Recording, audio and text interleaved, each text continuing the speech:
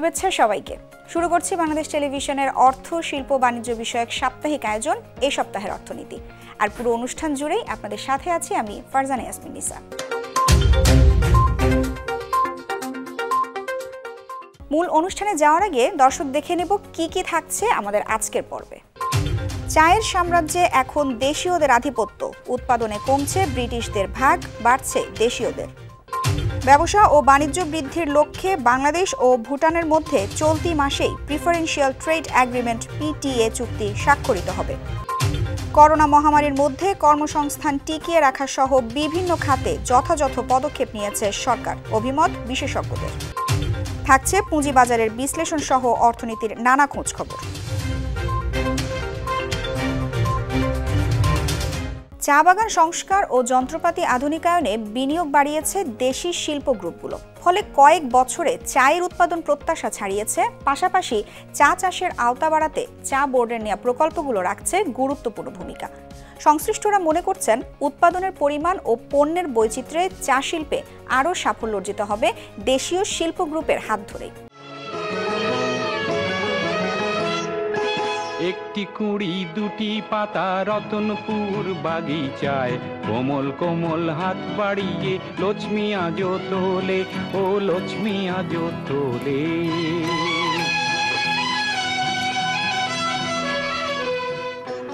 উপমহাদেশে চা চাষ শুরু করে ব্রিটিশরা। বাজার তৈরিতে শুরুতে তারা বিনা পয়সায় চা তুলে দিয়েছিল মানুষের মুখে। চাষ, বিপণন, রপ্তানি ও বাগানের মালিকানা সবকিছুই ছিল তাদের হাতে। পরবর্তীতে ব্রিটিশ সাম্রাজ্যের পতন হলেও চায়ের বাজারে আধিপত্য ঠিকই ধরে রেখেছিল তারা। 2 দশকে ব্রিটিশ কোম্পানি ও ব্যক্তি মালিকানাধীন বাগান ইজারা নিয়ে বিনিয়োগ করেছে দেশীয় 18টি শিল্প গ্রুপ। চা বোর্ডও 2 দশকে নতুন নতুন প্রকল্প নিয়েছে। চা চাষের আওতা বাড়াতে তদারকি বাড়িয়েছে। ক্ষুদ্র চাষি ও নতুন উদ্যোক্তাদের চা চাষে উদ্বুদ্ধ করেছে। তাতে 150 বছরের বেশি সময় ধরে চা উৎপাদনের কেন্দ্রবিন্দু সিলেট, চট্টগ্রাম ছাড়িয়ে চা চাষের বিস্তার ঘটেছে উত্তরাঞ্চল ও পার্বত্য জেলায়। বাংলাদেশি কোম্পানিগুলো যখন গ্রহণ করেছে তখন তাদের মধ্যে একটি ব্যাপক উৎসাহ উদ্দীপনার সৃষ্টি হয়েছে। এই উৎসাহ উদ্দীপনা আপনার প্রোডাকশনের ক্ষেত্রে উৎসাহ উদ্দীপনা সৃষ্টির ক্ষেত্রে বাংলাদেশ টি বোর্ডের ভূমিকা অপরিসীম। উদাহরণস্বরূপ আমি বলতে পারি আপনাদেরকে, যখন মালিকানা পরিবর্তন হয়, টি গার্ডেন রেজিস্ট্রেশনের ক্ষেত্রে, টি গার্ডেন পরিচালনার ক্ষেত্রে তাদেরকে সকল ধরনের সহযোগিতা প্রদান করা হয়। এখন কেবল পাহাড়ি অঞ্চলে নয়, ফসলের সমতল ভূমিতেও কিন্তু চা উৎপাদন হচ্ছে এবং এই চা বাগানগুলোকে আমাদের প্রতিযোগিতামূলক বাজারে টিকে থাকবার জন্যে কি সমতল ভূমির চা বাগান কি পাহাড়ি চা বাগান, সবাইকেই কিন্তু কলাকৌশল উন্নয়নের এই ধারাটা চালিয়ে যেতে হবে। আভিজাত্য ও অবকাশ যাপনের কেন্দ্র হিসেবে না দেখে বাগান সংস্কার ও যন্ত্রপাতি আধুনিকায়নে বিনিয়োগ বাড়ানোর ফলে কয়েক বছরে চায়ের উৎপাদন প্রত্যাশা ছাড়িয়েছে। চা উৎপাদনের এই সাফল্য জাতিসংঘের খাদ্য ও কৃষি সংস্থার কয়েক বছর আগের অনুমানও ছাড়িয়ে গেছে। সংস্থাটির আভাস ছিল 2027 সালে বাংলাদেশে চায়ের উৎপাদন দাঁড়াবে 9,68,00,000 কেজিতে। অথচ গত বছরই দেশে চায়ের উৎপাদন দাঁড়িয়েছে 9,60,00,000 কেজিতে। আশেপাশে দেশ কিংবা আমাদের নেইবাররা যেখানে চায়ের উৎপাদনে হিমশিম খেয়েছে, বাংলাদেশ মাননীয় প্রধানমন্ত্রী একটি সুনির্দিষ্ট ইনস্ট্রাকশন দিয়েছিলেন, নির্দেশিকা দিয়েছিলেন যে চা বাগানে যে সমস্ত শ্রমিকরা আছেন তারা এমনিতেই অনেক দূরে দূরে ওনারা কোভিড-19 যে প্রোটোকল, একজনের থেকে আরেকজনের 6 ফিট 7 ফিট দূরত্বে থাকা উচিত, সেটি মেনেই চা উৎপাদন, চায়ের পাতা চয়ন করে। আমাদের চা বাগান একদিনের জন্য কিন্তু বন্ধ থাকেনি। প্রাথমিক অবস্থায় কিছুটা দ্বিধাদ্বন্দ্বের মধ্যে থাকলেও মাননীয় প্রধানমন্ত্রী সুনির্দিষ্ট নির্দেশের পরিপ্রেক্ষিতে চা বাগানের সমস্ত শ্রমিকরা, চা গার্ডেনের মালিকরা এবং বাংলাদেশ টি বোর্ড সুনির্দিষ্টভাবে আমাদের এই মনিটরিংয়ের ফলে আমাদের চা উৎপাদন যথেষ্ট হয়েছে। 2 দশক আগে ইউরোপিয়ান কোম্পানিগুলোর হাত ধরে উৎপাদিত হয় মোট উৎপাদনের 48% চা। গত বছর তা কমে দাঁড়ায় প্রায় 19%। আর ধারাবাহিকভাবে বেড়ে দেশীয় কোম্পানিগুলোর হাতে এখন উৎপাদিত হচ্ছে 81% চা। সরকারের বাস্তবমুখী পরিকল্পনা এবং রপ্তানিমুখী নীতিকৌশল এক্ষেত্রে বড় নিয়ামক হিসেবে কাজ করেছে।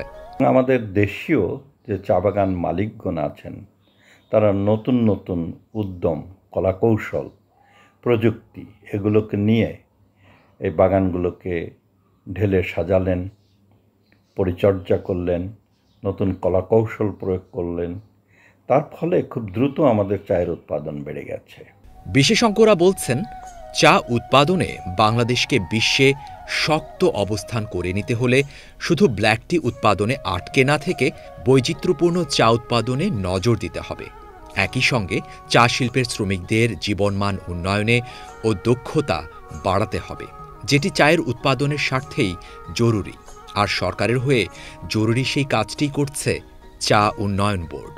চায়ের সাথে যারা শ্রমিকরা যারা জড়িত, এই শ্রমিকদের স্ট্যাটাস কিংবা এই শ্রমিকদের ওভারঅল সার্বিক দেখভালের ক্ষেত্রে বাংলাদেশে অন্যান্য যে সমস্ত শ্রমিকরা আছে তাদের সাথে বিস্তর ফারাক আছে। উদাহরণস্বরূপ বলতে পারি, একটি বাগানে যদি কোনো চা শ্রমিক কাজ করে, তার দৈনিক যে বেতন, যেটি এই মুহূর্তে 102 টাকা থেকে বাড়িয়ে 120 টাকা করা হয়েছে, প্রায় 18% আপনার বৃদ্ধি হয়েছে। এই দৈনিক মজুরি ছাড়াও একটি চা শ্রমিক তার মালিক পক্ষ থেকে রেশন, চিকিৎসা, বাসস্থান সহ অন্যান্য আরও বিবিধ সুযোগ সুবিধা পেয়ে থাকে। চা বাগান এবং চা শিল্পের সঙ্গে আমাদের যে অসংখ্য শ্রমিকরা নিযুক্ত আছে, তাদের জীবনযাপন, তাদের স্বাস্থ্য, তাদের বাসস্থান, তাদের ছেলে মেয়েদের চিকিৎসা, লেখাপড়া ইত্যাদির প্রতিও কিন্তু আমাদের নতুন বাগান মালিকদের তৎপর থাকতে হবে, চেষ্টা করে যেতে হবে।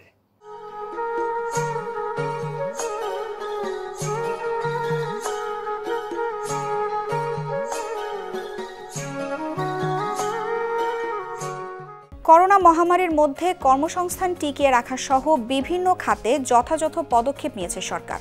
অর্থ মন্ত্রণালয় আয়োজিত কোভিড-19 মোকাবেলা এবং টেকসই ও অন্তর্ভুক্তিমূলক অর্থনৈতিক পুনরুদ্ধারে সরকারের নেয়া প্রণোদনা প্যাকেজ বিষয়ে সিরিজ আলোচনা সভায় বক্তারা করোনা পরিস্থিতিতে দ্রুত সরকারের নেয়া বিভিন্ন পদক্ষেপের প্রশংসা করেন।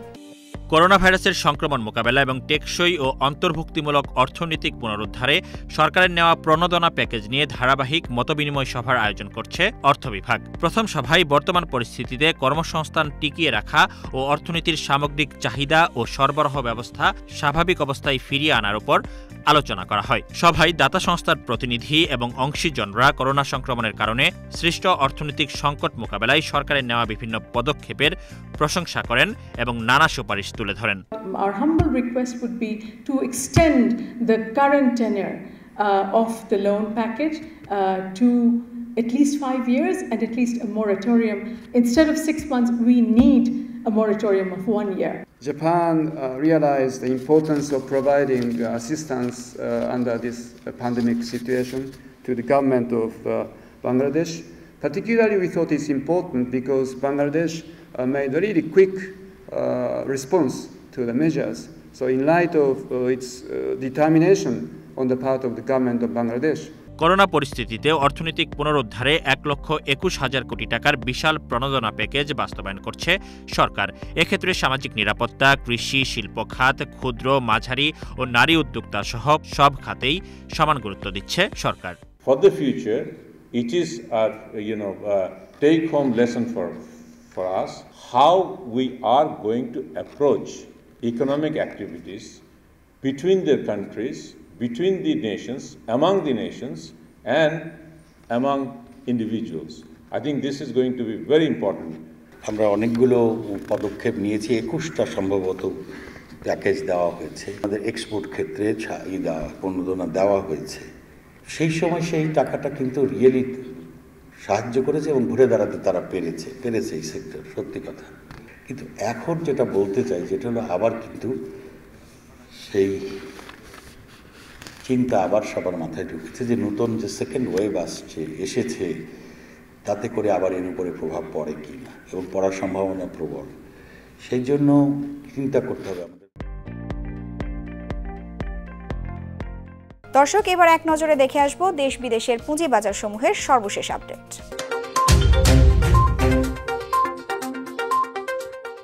শুরুতেই ঢাকা স্টক এক্সচেঞ্জের দিকে তাকালে দেখা যায় সূচকটি বেশ কিছুদিন ধরে সাইডওয়েজ চললেও দেখা যাচ্ছে একটি মাইনর ট্রেন্ড লাইনের খুব কাছে গিয়ে গত সপ্তাহে লেনদেন শেষ করেছে। গত সপ্তাহে সূচকটি সর্বনিম্ন স্পর্শ করে ৪,৭৮৪ এবং সর্বোচ্চ ৪,৯৫৯ পয়েন্ট। এ পর্যায়ে দেখে নেওয়া যাক চট্টগ্রাম স্টক এক্সচেঞ্জের এ সপ্তাহের অবস্থা। ডিএসইএক্স সূচকের মতোই অনেকটা একই অবস্থা দেখা যাচ্ছে চট্টগ্রাম স্টক এক্সচেঞ্জের সূচকটির। বেশ কিছুদিন সাইডওয়েজ চললেও একটি মাইনর ট্রেন্ড লাইনের খুব কাছে গিয়ে গত সপ্তাহে সূচকটি লেনদেন শেষ করে। এ অবস্থায় ১৪,০০৫ পয়েন্টে স্পর্শ করলে ধারণা করা যায় সূচকটি ১৪,৬৫৪ পয়েন্ট স্পর্শ করার সম্ভাবনা আছে। গত সপ্তাহে সূচকটি ১৩,৭১২ এবং সর্বোচ্চ ১৪,২০৬ পয়েন্ট স্পর্শ করে। এবারে নজর দেওয়া যাক দেশের বাইরের গুরুত্বপূর্ণ কয়েকটি পুঁজিবাজারের দিকে। প্রথমেই দেখে নিচ্ছি new York stock exchange composite index. সূচকটি দেখেই বোঝা যাচ্ছে গত ২ সপ্তাহে দুইবার বড় ধরনের মার্কেট কারেকশন হয়েছে এবং সাইডওয়েজ চলছে। গত সপ্তাহে সূচকটি সর্বোচ্চ স্পর্শ করে ১৪,২৩১ এবং সর্বনিম্ন ১৪,১৬৪ পয়েন্ট। এবারে দেখে নেব চীনের প্রধান পুঁজিবাজার সাংহাই কম্পোজিট ইন্ডেক্স। সূচকটি এখনও সাইডওয়েজ থেকে কোনো ট্রেন্ড লাইনে প্রবেশ করতে পারেনি। গত সপ্তাহে সূচকটি সর্বোচ্চ ৩,৪৩১ পয়েন্ট এবং সর্বনিম্ন ৩,৩২৭ পয়েন্ট স্পর্শ করেছে। সবশেষ দেখে নেওয়া যাক ভারতের প্রধান পুঁজিবাজার বোম্বে সেন্সেক্স 30 ইন্ডেক্সটি। বেশ কিছুদিন সাইডওয়েজ চলে খুব শক্তভাবেই রেজিস্ট্যান্স লেভেল ক্রস করে বর্তমানে মার্কেটটি ঊর্ধ্বমুখী প্রবণতায় চলছে। গত সপ্তাহে সূচকটি সর্বোচ্চ ৪৪,৫২৬ এবং সর্বনিম্ন ৪৩,৪১২ পয়েন্ট স্পর্শ করে। রপ্তানি পণ্যের বহুমুখিতার জন্য ৩৮টি অপ্রচলিত পণ্যকে চিহ্নিত করেছে রপ্তানি উন্নয়ন ব্যুরো ইপিবি, যা দেশের রপ্তানি বাণিজ্যে নতুন মাত্রা যোগ করবে বলে মনে করছেন এর সঙ্গে সংশ্লিষ্টরা। দেশের রপ্তানি বাণিজ্যের সিংহভাগই দখলে রয়েছে শুধুমাত্র তৈরি পোশাকের উপর। প্রতিযোগিতামূলক বিশ্বে একটি পণ্যের উপর নির্ভর করে রপ্তানি বাণিজ্য পরিচালিত হলে যে কোনো সময় বিপর্যস্ত হতে পারে দেশের অর্থনীতি। এমনই প্রেক্ষাপটে রপ্তানি পণ্যের বহুমুখীকরণের উপর জোর দিয়েছে সরকার। বিশ্বব্যাপী চাহিদা রয়েছে এমন সব পণ্য উৎপাদন ও রপ্তানির জন্য ব্যবসায়ীদেরও তাগিদ দেওয়া হচ্ছে। যেহেতু ফার ইস্ট মিডল ইস্ট থেকে ইনভেস্টমেন্টগুলো আস্তে আস্তে সরে আসছে, তো এখানে নতুন নতুন প্রোডাক্টগুলো প্রোডাকশন করে তারা যেমন ব্যবসা বাণিজ্য করার চেষ্টা করবে, সেই সাথে সরকারও যদি এইসব প্রোডাক্টের এক্সপোর্টের ক্ষেত্রে নিউ প্রোডাক্ট অ্যান্ড নিউ ডেস্টিনেশনে তাদেরকে ইনসেন্টিভ টাইপের কিছু দেয়, এই কিছু ইনসেন্টিভ অ্যান্ড কিছু ফিসক্যাল প্যাকেজ পেলে, আর আমরা যদি ফাইন্যান্সিয়াল সেক্টর থেকেও তাদেরকে একটু সাহায্য সহযোগিতা করতে পারি, তাহলে বাংলাদেশের এক্সপোর্ট বাস্কেট অনেক বড় হবে। দেশের অর্থনীতির ভিত সুদৃঢ় করতে কৃষি ও কৃষিজাত পণ্য উৎপাদনের উপর সর্বাধিক গুরুত্ব দেওয়া জরুরি বলে মনে করেন এর সঙ্গে সংশ্লিষ্টরা। আমরা যদি শুধুমাত্র একটি প্রোডাক্টের ওপরে নির্ভরশীল হয়ে পড়ি, তাহলে তো আমাদের ভবিষ্যতে প্রতিযোগিতায় আমরা হয়তো অন্য অন্য দেশের সাথে টিকে নাও থাকতে পারি। সেই জন্য আমাদেরকে অবশ্যই অপ্রচলিত পণ্য দিয়ে আমাদের এক্সপোর্ট আর্নিংস বাড়ানোর একটা বিকল্প স্ট্র্যাটেজি নিতে হবে। অ্যাগ্রোবেস ইন্ডাস্ট্রিতে জোর দিতে হবে, আইসিটিতে ব্যাপকভাবে উদ্যোগ নিতে হবে এবং ফার্মাসিউটিক্যাল সেক্টরকে এগিয়ে নেওয়ার জন্য বিশ্বময় বাণিজ্য করার জন্য এই তিনটি সেক্টরই হলো প্রধান। বাজার বিশ্লেষকদের মতে রপ্তানির লক্ষ্যমাত্রা অর্জনের পাশাপাশি বিদেশি বিনিয়োগ আকৃষ্ট করতে অপ্রচলিত পণ্য উৎপাদন ও বাজারজাত জরুরি। রপ্তানির জন্য টার্গেটে আনা পণ্যের মধ্যে রয়েছে জাহাজ, ঔষধ, ফার্নিচার, আইসিটি, রাবার, পাদুকা ও ইলেকট্রনিক্স পণ্য। দর্শক, এবার দেখে আসি এ সপ্তাহের বৈদেশিক মুদ্রার বিনিময় হার।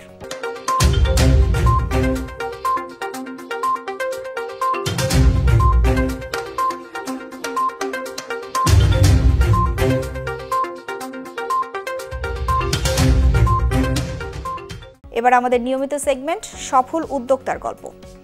আজ আপনাদের জানাবো এমন একজন তরুণ উদ্যোক্তার কথা, যিনি তার 2 বন্ধু মিলে শুরু করেন ই-কমার্স ব্যবসা। কয়েক বছরের ব্যবধানে তাদের প্রতিষ্ঠান চালডাল.com হয়ে ওঠে দেশের শীর্ষ ই-কমার্স সাইট। দেশের গণ্ডি পেরিয়ে ওয়ার্ল্ড র্যাঙ্কিংয়েও জায়গা করে নিয়েছে তাদের এই অনলাইন গ্রোসারি শপ। চলুন দর্শক, প্রতিষ্ঠানটির অন্যতম উদ্যোক্তা জিয়া আশরাফের মুখেই শুনে আসি তাদের সফলতার গল্প।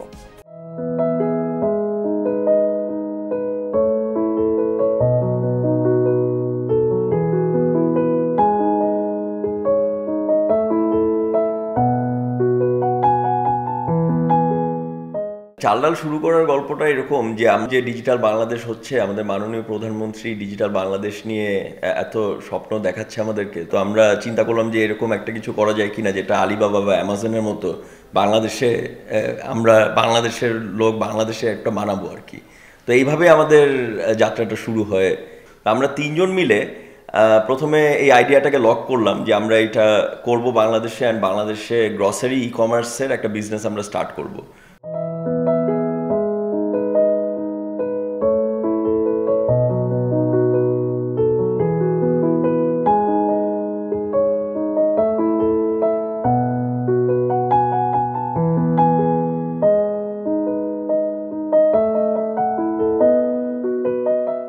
আমরা তিনজনই ছিলাম বেসিক্যালি। আমি পারচেস করতাম এবং ডেলিভারি দিতে বের হতাম, আর ওয়াসিম ফাইন্যান্সিয়ালসগুলো দেখতো।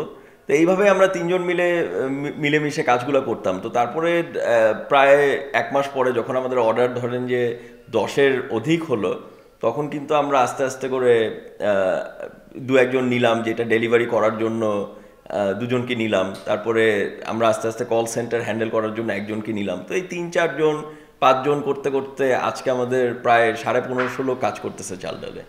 ফার্স্ট ডেতে আমরা 2টা অর্ডার পেয়েছিলাম, 2টা ব্যাটারি, এবং আপনার আরেকটা অর্ডারে ছিল 1 ডজন ডিম আর পাউরুটি। তো এইটা দিয়ে কিন্তু আমাদের চাল ডালের যাত্রা শুরু। কিন্তু আজকে কিন্তু আমরা প্রায় এই করোনাকালীন সময় আমরা কিছু কিছু টাইমে 16,000 অর্ডারও পাইছি।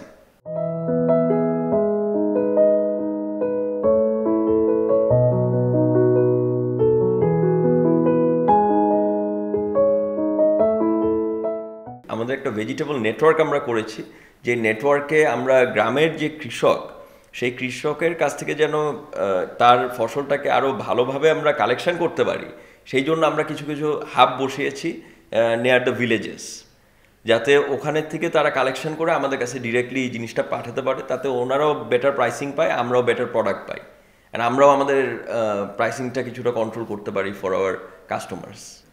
আমাদের প্রত্যেক দিন এই মুহূর্তে কাস্টমার অর্ডার আসছে হলো 6,000 থেকে 7,000। সো আমাদের একটা টার্গেট হলো within the next 2 to 3 years আমরা অ্যাটলিস্ট 30,000 থেকে 40,000 অর্ডার যেন করতে পারি, সেরকম একটা ক্ষমতা আমরা হোল্ড করতে চাই।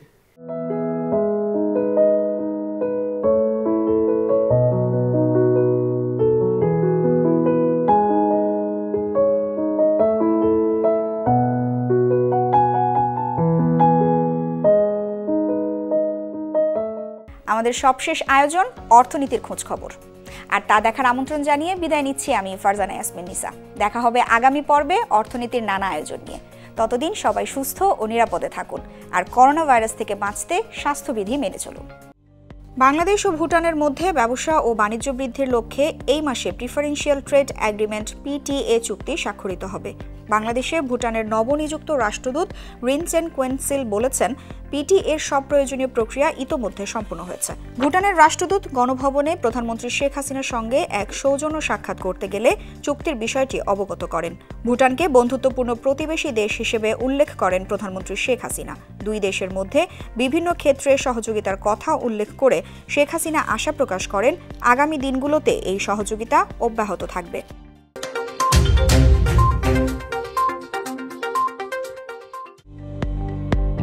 পদ্মা সেতুতে বসানো হলো ৩৯তম স্প্যান। ৬,১৫০ মিটার পদ্মা সেতুতে এই স্প্যানটি বসানোর মাধ্যমে দৃশ্যমান হয়েছে সেতুর ৫,৮৫০ মিটার।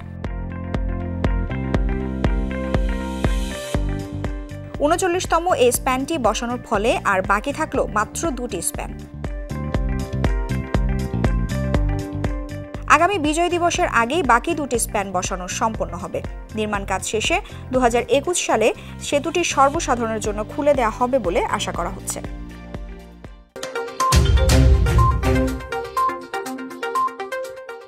বিশ্ববাজারে সোনার দর নিম্নমুখী থাকায় দেশের বাজারে মূল্যমান এই ধাতুর দাম কমিয়েছে বাংলাদেশ জুয়েলার্স সমিতি। তাতে ভালো মানের অর্থাৎ 22 ক্যারেটের 1 ভরি সোনার অলংকার কিনতে হবে 73,833 টাকায়।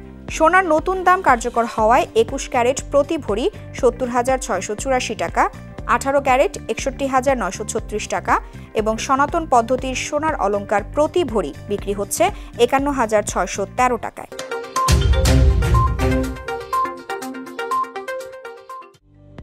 বাংলাদেশে বিদেশি বিনিয়োগ বান্ধব পরিবেশ সৃষ্টির লক্ষ্যে বিদ্যমান জটিলতা চিহ্নিতকরণ এবং তা নিরসনে গৃহীত পদক্ষেপের বিষয়ে মন্ত্রিপরিষদ বিভাগ সম্প্রতি এক মতবিনিময় সভার আয়োজন করে। সভায় জানানো হয়, বিদেশি বিনিয়োগকারীগণ বিনিয়োগকৃত অর্থ বিদেশে প্রেরণ সংক্রান্ত বিধিবিধান পূর্বের তুলনায় অনেক সহজ করা হয়েছে। এমনকি লভ্যাংশ প্রেরণের ক্ষেত্রে এখন বাংলাদেশ ব্যাংকের অনুমোদন নিতে হয় না। সভায় মন্ত্রিপরিষদ সচিব বলেন, অর্থনৈতিক উন্নয়নে বিদেশি বিনিয়োগের গুরুত্বপূর্ণ ভূমিকা রয়েছে।